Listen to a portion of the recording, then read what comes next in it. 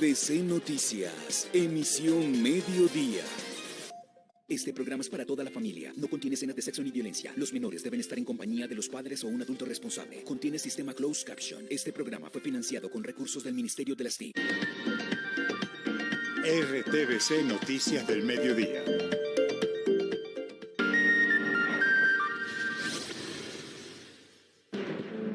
Atención, listo el decreto que crea una comisión para buscar la libertad de 230 integrantes de la primera línea que están en la cárcel, sindicados y no condenados.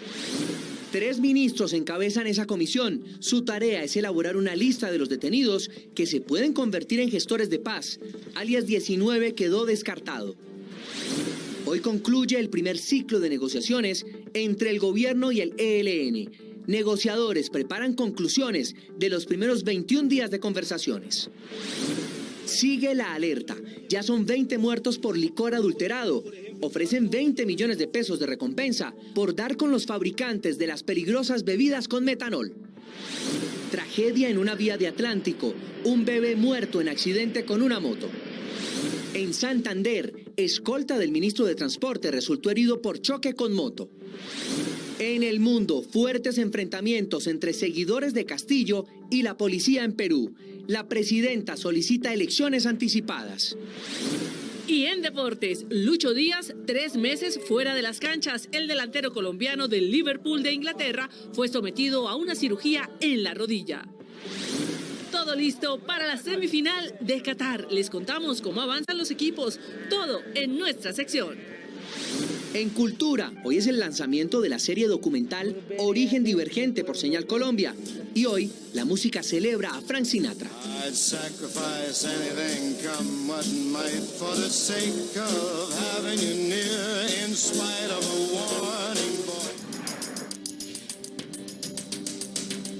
Buenas tardes, ¿qué tal? Bienvenidos al Noticiero de Todos.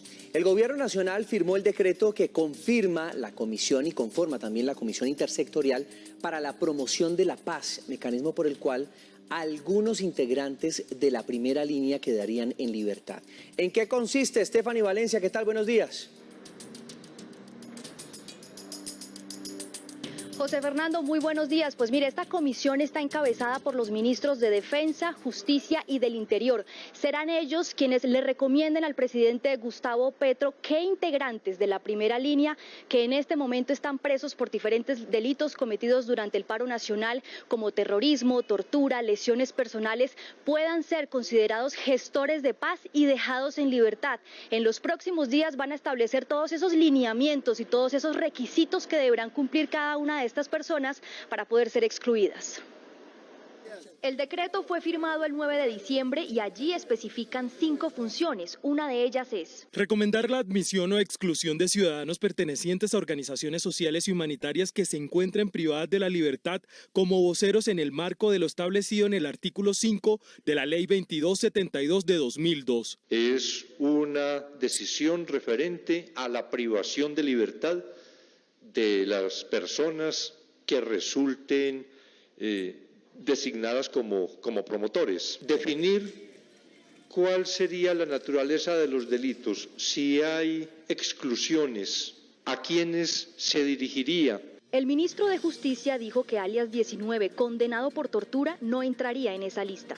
Que sean las personas que tengan mayor vocación de contribuir a la reconciliación y de cumplir con tareas humanitarias, y probablemente la persona que usted mencione pues no pueda cumplir con esas tareas. El decreto por ahora no habla de la liberación de policías o funcionarios públicos involucrados en el paro nacional. El ministro de Defensa respondió a jueces y magistrados que alertaron con desinstitucionalizar al país. La tarea de nosotros no es cuestionar respecto de las pruebas que existan, no es hacer una revisión de los procesos, es solo definir, de acuerdo con unos criterios que adoptemos y esperemos a que tengamos esta primera definición, quiénes podrían ser designados promotores. Una vez evalúen los casos, la comisión entregará al presidente Petro los nombres sugeridos de integrantes de la primera línea que pueden ser dejados en libertad.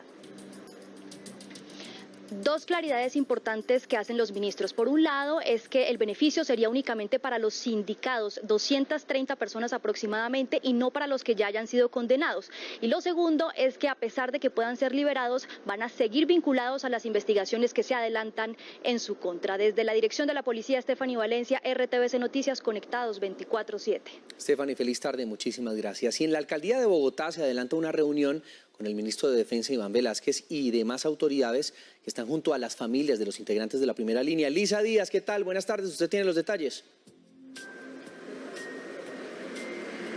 Buenas tardes, José, para usted y para todos los televidentes. Esta es la segunda reunión que encabeza el ministro de Defensa, Iván Velázquez, la alcaldesa de Bogotá, Claudia López, junto a la Fiscalía y demás entidades, junto a los familiares víctimas del 9 y 10 de septiembre y las del paro nacional en 2021. Esta reunión, que ya completa 2 horas, tiene como objetivo entregar un balance sobre las investigaciones tanto disciplinarias y penales que se están llevando a cabo, entregárselas a los familiares precisamente. El ministro de Defensa dijo que se han revisado uno a uno esos procesos para conocer el estado de las investigaciones y conocer cuáles han sido las fallas en estas investigaciones. E igualmente evalúan la situación de los policías que estarían involucrados en estos hechos y asimismo su permanencia en la institución. Se espera que una vez culmine esta reunión que se realiza aquí en la alcaldía de Bogotá a puerta cerrada, entreguen declaraciones. Nosotros seguiremos atentos al desarrollo de esta noticia desde el centro de Bogotá. Lisa Díaz Rincón, RTVC Noticias, conectados 24/7. Lisa, feliz tarde, muchas gracias. Esperamos también las conclusiones de esta reunión.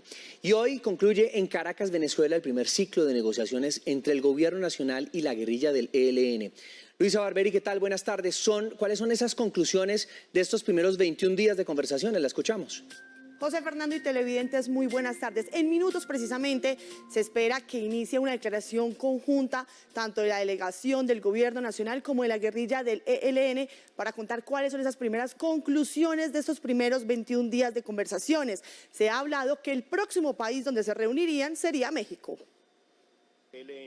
En la primera semana de esta fase, las partes acordaron invitar a Estados Unidos y 4 países europeos, entre ellos España, como acompañantes del proceso de negociación, y a Chile, Brasil y México en calidad de garantes. La comunidad internacional también rodea este proceso y en las últimas horas el secretario general de la ONU, Antonio Guterres, respondió de manera positiva al acompañamiento del proceso de paz.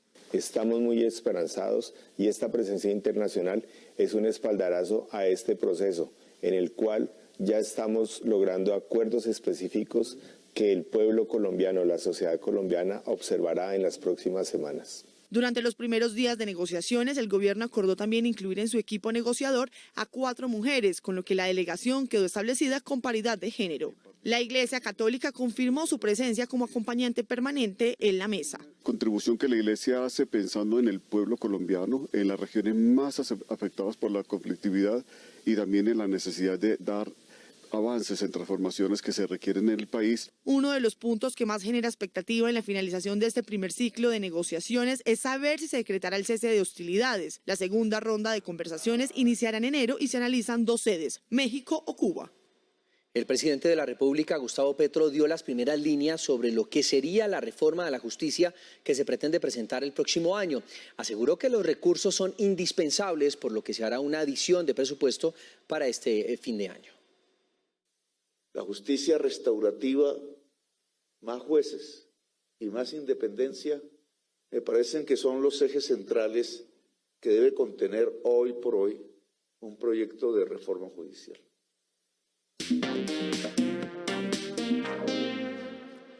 El gobernador de Cundinamarca, Nicolás García, ofreció una recompensa de hasta 20 millones de pesos para quienes suministren información que permita la captura de quienes fabriquen y distribuyan licor adulterado. Edwin Suá, ¿qué tal? Buenas tardes. Usted tiene más información, lo escuchamos.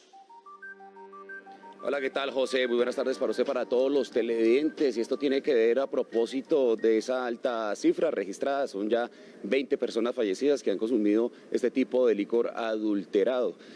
Son 16 aquí en la capital de la República y 4 en Cundinamarca, específicamente en el municipio de Soacha. Por eso, desde ya se tienen esos operativos, fortaleciendo operativos no solo en el municipio de Soacha, diferentes municipios del departamento de Cundinamarca, y lo propio está haciendo la Fiscalía General de la Nación con su director de Fiscalías de Bogotá y con contundentes resultados hasta el momento. Evitar más muertes por consumo de licor adulterado en Bogotá y Cundinamarca se convirtió en prioridad para las autoridades. 20 millones de pesos para quienes nos ayuden a dar con el paradero de los asesinos. Son asesinos los que están adulterando con alcohol industrial, una marca de licor, Rey de Reyes, y se están inventando otra, Cabañitas. Cabañitas no es legal, no existe, no está registrada. Cualquier trago con esa identificación es ilegal. Los operativos para evitar esa práctica ilegal y mortal se intensificaron en Soacha. La comunidad nos ha hecho llegar información sobre unos posibles lugares donde expenden este licor que está afectando la vida y la salubridad de las personas. En Bogotá la Fiscalía ya empezó a entregar resultados. Se hicieron allanamientos simultáneos en Barranquilla, en Bogotá, y todos estos allanamientos logramos la desarticulación de esta organización Los Químicos y la sacamos del tráfico ilegal colombiano. En los próximos días se adelantarán más actividades de allanamientos en Bogotá y Soacha. Hay preocupación en Antioquia por el aumento de feminicidios. Durante este fin de semana, 4 mujeres fueron asesinadas por sus parejas sentimentales en diferentes municipios. Ismael Tobón, ¿qué tal? Buenas tardes. Hola, José Fernando, buenas tardes. Estos hechos ocurrieron en los municipios de Santa Rosa de Osos, Copacabana, Turbo en el Urabá antioqueño y Santuario en el oriente del departamento. Las autoridades del departamento ya confirmaron las primeras 3 capturas de los presuntos responsables de las muertes de sus parejas durante este fin de semana en Antioquia. El más reciente feminicidio ocurrió en Santa Rosa de Osos. Allí Sandra Milena Restrepo, de 31 años, murió a manos de su esposo. A través de las investigaciones adelantadas por las autoridades competentes, determinan que no era un accidente de tránsito, sino que era un homicidio por otro tipo de acciones y que se convierte en un feminicidio. El otro hecho sucedió en Copacabana, en donde un hombre le habría disparado en varias oportunidades a su pareja sentimental delante de sus hijos. Donde el hombre agrede con un arma de fuego a la mujer, produciéndole la muerte en el lugar de los hechos, y posteriormente él intenta suicidarse. Asimismo, en Turbo y Santuario, otras 2 mujeres fueron asesinadas con arma blanca. En lo corrido del año, 105 mujeres han sido asesinadas en el departamento. De ellos, 18 son por feminicidios. 15 de los 17 concejales de Barrancabermeja en Santander fueron amenazados de muerte por un grupo armado ilegal. La alcaldía pide protección al gobierno. A la alcaldía de Barrancabermeja llegó un panfleto en el que se acusa al alcalde Alfonso El Hash y al senador Gustavo Moreno de ser los causantes del alza de los homicidios en el municipio. Diga que somos nosotros quienes están matando la gente. Usted sabe a qué nos referimos, ya que es usted con la policía y el grupo de los marihuanos. Por esta supuesta desinformación, alias los búcaros, declararon objetivo militar a 15 concejales. En las últimas horas fue realizado un consejo de seguridad para tomar medidas en el distrito. Ofreceremos una recompensa bastante amplia para que nos ayude a dar con el paradero de quienes hoy desestabilizan de esta forma a las familias y en este caso a los honorables concejales. También habrá activación del plan padrino para cada concejal, es decir, presencia policial en cada sesión realizada y un estudio de riesgo ante la Unidad Nacional de Protección. Una bebé de tan solo 8 meses de nacida murió luego de ser arrollada por una moto en Soledad Atlántico. El padre de la menor de edad está en observación médica en Barranquilla. Zaini Agames, ¿qué tal? Buenas tardes. Hola, muy buenas tardes. Un lamentable hecho enluta hoy a Barranquilla y su área metropolitana. Una bebé de tan solo 8 meses de nacida murió luego de haber sido arrollada junto con su padre por una motocicleta. Ambos fueron trasladados a centros asistenciales, pero en la madrugada del día de hoy se confirmó el lamentable deceso de la menor. El padre de la niña se encuentra aquí en esta clínica ubicada en el centro de la ciudad de Barranquilla, donde está siendo atendido y en las próximas horas será intervenido quirúrgicamente.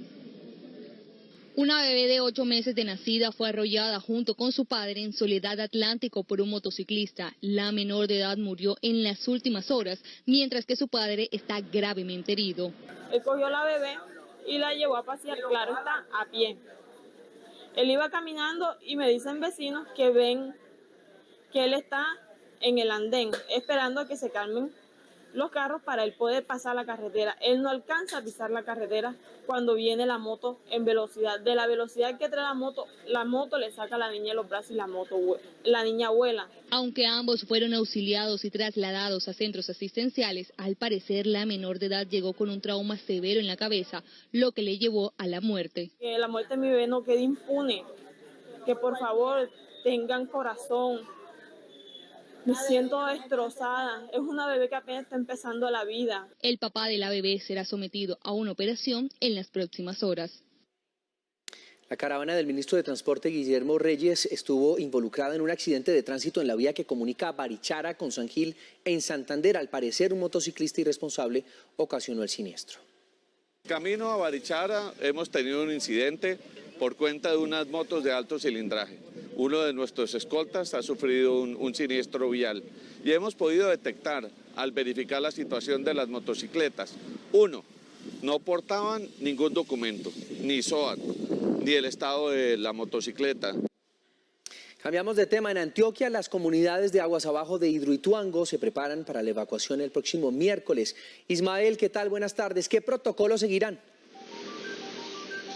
José Fernando, lo que se conoce hasta ahora es que iniciará el proceso de evacuación a partir de las 9 de la mañana y será un proceso de evacuación preventiva de 8 horas aproximadamente, que podrían durar estas últimas pruebas que le faltan a las 2 primeras turbinas de Hidroituango. Esta tarde habrá un consejo de gestión del riesgo liderado por el gobernador de Antioquia, Aníbal Gaviria, donde se van a conocer nuevos detalles de lo que será esta evacuación el próximo miércoles. Hay que recordar que EPM realizó un convenio por más de 1.000 millones de pesos en 7 municipios de influencia a Hidroituango para que puedan tener recursos económicos y así puedan atender cualquier eventualidad que ocurra en posibles evacuaciones el próximo miércoles.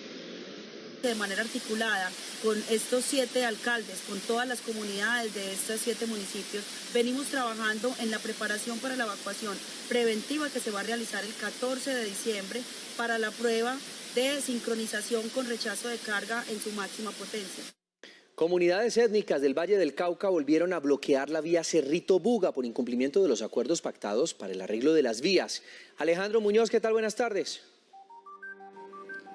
Hola, ¿qué tal? Buenas tardes. Pues hasta ahora los estamos saludando desde el kilómetro 25 entre el municipio del Cerrito y el municipio de Guacarí, aquí en el Valle del Cauca, porque desde muy temprano se está realizando este bloqueo en este sector, como ustedes lo pueden ver en este momento. Pues las comunidades afro e indígenas precisamente denuncian que no se ha podido llegar a ningún acuerdo con entidades como la CBC, el Ministerio de Educación, el Ministerio de Ambiente, la Unidad de Víctimas, ICBF, Azocaña, el Ministerio de las TIC, y denuncian públicamente que la Autoridad Nacional de Consulta Previa, la entidad que hoy más daño le ha hecho a todas las comunidades de los valles interandinos, hoy solicitan la presencia del gobierno nacional, del presidente Gustavo Petro, que llega hasta este punto para poder lograr estos acuerdos. Aquí solamente se le está dando paso a esta hora a las ambulancias y a las motocicletas. El bloqueo es intermitente cada 20 minutos. Y con esta imagen pues me despido en lo que sucede en el Valle del Cauca, en este bloqueo aquí en este punto. Regresamos con ustedes, Alejandro Muñoz, RTVC Noticias, conectados 24/7.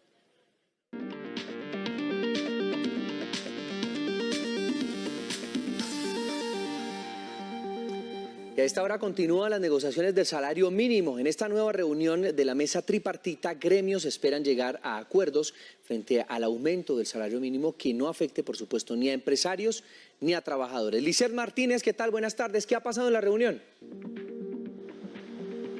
Hola, muy buenas tardes. Pues a esta hora continúa esta, que es la 6ª reunión de la mesa tripartita. Aún no han salido a dar declaraciones, pero recordemos que en la última reunión se conoció la cifra que presentaron las centrales de trabajadores del 20% para el aumento del salario. Sin embargo, los empresarios, si bien habían anunciado hoy iban a entregar una propuesta, pues dijeron que en esta ocasión no van a presentar una propuesta, sino que esperan que en la mesa se logre un diálogo y una concertación que beneficie, como usted bien mencionaba, tanto a empresarios como a trabajadores. Adicionalmente, hemos conocido que a esta hora están analizando algunos de los puntos que había pedido la central de trabajadores, como lo son el tema de la disminución en el precio de los medicamentos, especialmente de anticonceptivos, y también sobre el precio de la energía. En medio de la mesa de concertación, los representantes de los gremios acordaron no presentar ninguna cifra como contrapropuesta a la entregada por las centrales de trabajadores. Primero, poder adquisitivo de los hogares y de los empresarios y de los empleados colombianos. Segundo, competitividad, por supuesto, de los empresarios.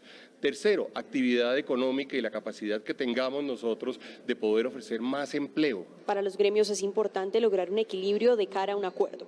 Creemos que la concertación sería un muy buen mensaje para la sociedad colombiana en este momento. Los primeros en poner una cifra sobre la mesa fueron las centrales de trabajadores, que piden un aumento salarial del 20%. En noviembre la inflación va en cerca del 14%, más 1,24 de productividad, estamos hablando del 15%.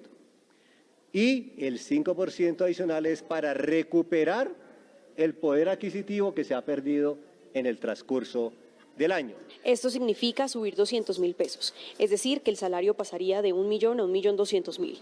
Fuera del subsidio de transporte que de aprobarse sería de 140.606 pesos. La mesa tripartita, según el calendario, tendrá hasta este jueves 15 de diciembre para lograr un acuerdo. De lo contrario, el gobierno podrá hacer el aumento por medio de un decreto.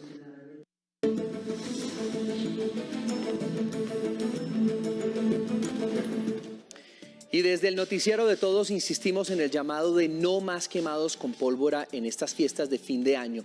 Veamos las cifras que por supuesto siguen preocupando a las autoridades. Según el Instituto Nacional de Salud, hasta la fecha se reportan 255 casos de menores, de los cuales 99 son menores de edad. Los departamentos que encabezan la lista con mayores casos reportados son Bogotá, mírenlo, con 37 casos, Antioquia, 30 casos, en el Valle, en Cauca son 15 casos, en Magdalena 13 casos y Atlántico cuenta con 12 casos.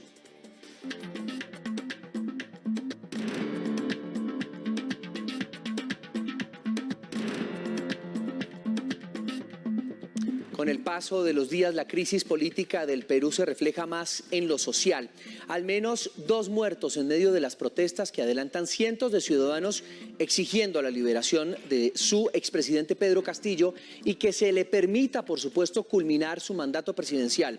Muchos de ellos con piedras, palos, quemados también y neumáticos bloquean la pista de aterrizaje del aeropuerto en Arequipa.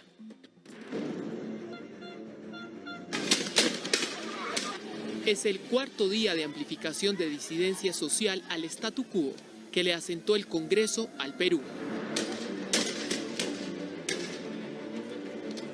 Cientos de ciudadanos direccionan protestas hacia el legislativo. A través de esta colisión con fuerzas de seguridad en urbes del norte y del sur, le exigen la restitución de Pedro Castillo como presidente, el cese de Dina Boluarte ejerciendo tales funciones y vía voto reconformar la Asamblea Deliberativa, contexto que impulsó a primera hora del día estos pronunciamientos. He decidido asumir la iniciativa para lograr un acuerdo con el Congreso de la República para adelantar las elecciones generales para el mes de abril del 2024. Anuncio la declaratoria del estado de emergencia en las zonas de alta conflictividad social.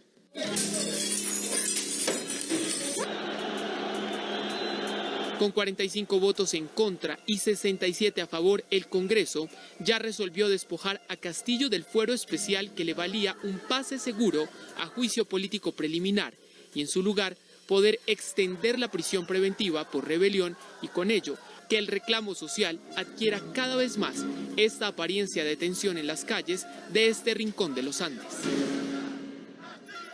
China anunció que la aplicación utilizada para rastrear contactos de COVID-19 dejará de funcionar a partir de hoy, haciendo aún más real la flexibilización en la nueva estrategia anti-COVID.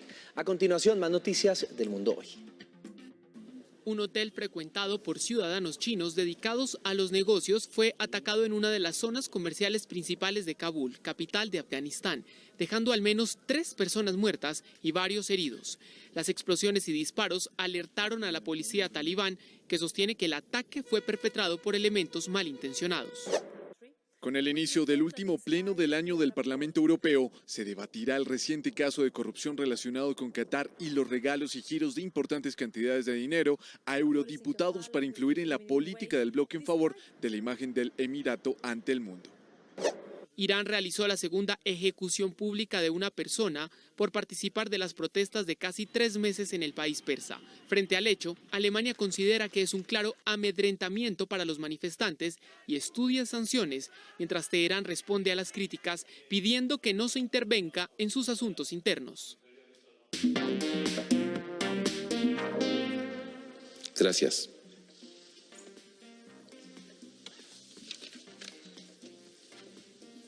(12:24 del mediodía). A esta hora dan declaraciones conjuntas la Delegación de Paz del Gobierno Nacional y de la guerrilla del ELN sobre la finalización del primer ciclo de negociaciones en Caracas, Venezuela. Escuchemos un poco. Liz Flores, para el Ejército de Liberación Nacional.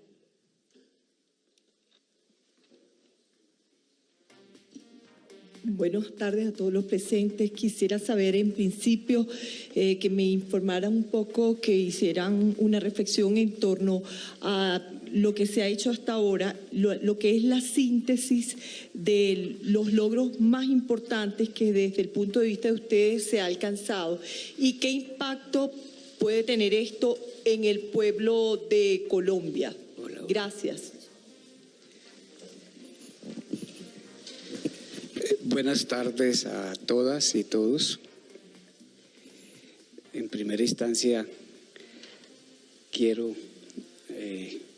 hablar a nombre de la delegación del Gobierno de Colombia y de esta delegación guerrillera para agradecer las palabras y la respuesta del Estado mexicano a las solicitudes nuestras. Sobre la pregunta, este proceso de paz estuvo interrumpido 4 años. Entonces, estas semanas que hemos trabajado acá en Caracas, las hemos dedicado a volver a hacer las reglas del juego para la mesa. También examinamos la agenda, que es una agenda firmada acá en Caracas el 30 de marzo del año 16. Entonces hicimos un trabajo de actualización, ampliación y sobre todo de enriquecimiento. Por ejemplo, había un faltante, no se hablaba de la casa común, del medio ambiente, tampoco se hablaba de sectores tradicionalmente excluidos y discriminados.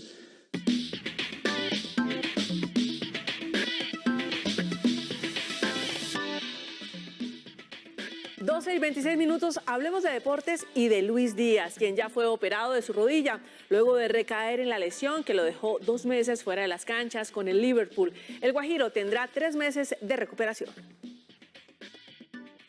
Con estas fotos en sus redes sociales, Geraldine Ponce, esposa de Luis Díaz, confirmó que el delantero fue operado del ligamento colateral de su rodilla derecha con éxito. A veces las dificultades que suceden en nuestra vida nos preparan directamente para ubicarnos en un camino extraordinario, en un camino mejor. Deberemos levantar más fuerte. Días atrás la felicidad se le notaba por los poros. Su regreso a entrenamientos había motivado no solo a compañeros, también a su entrenador, que hoy siente un golpe con la ausencia de Luis. Pero claro que es una gran decepción, no solo para nosotros, también para él. Sintió algo y quisimos ser cautelosos. Luego llegó la confirmación de la recaída y fue un auténtico golpe en la cara.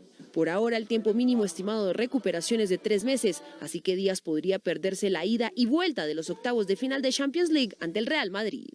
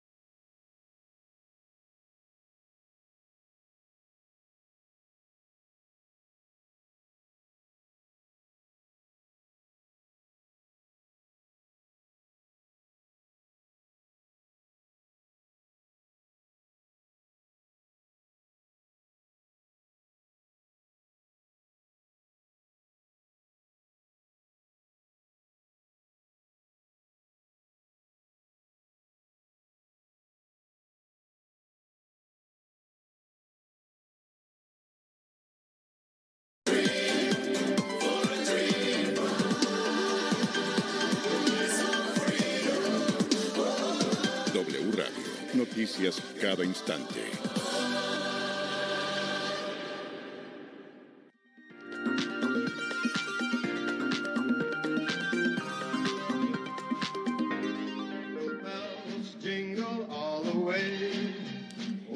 Este señor, Frank Sinatra, estaría cumpliendo 107 años. Esta leyenda de la música y la televisión nació un día como hoy, en 1915, en Hoboken, Estados Unidos. Sinatra grabó más de 1.300 canciones durante su carrera. Algunos de sus grandes éxitos que conocemos sobre todo en Latinoamérica, New York, New York o My Way, marcaron precisamente generaciones enteras, incluso después de su muerte en 1998.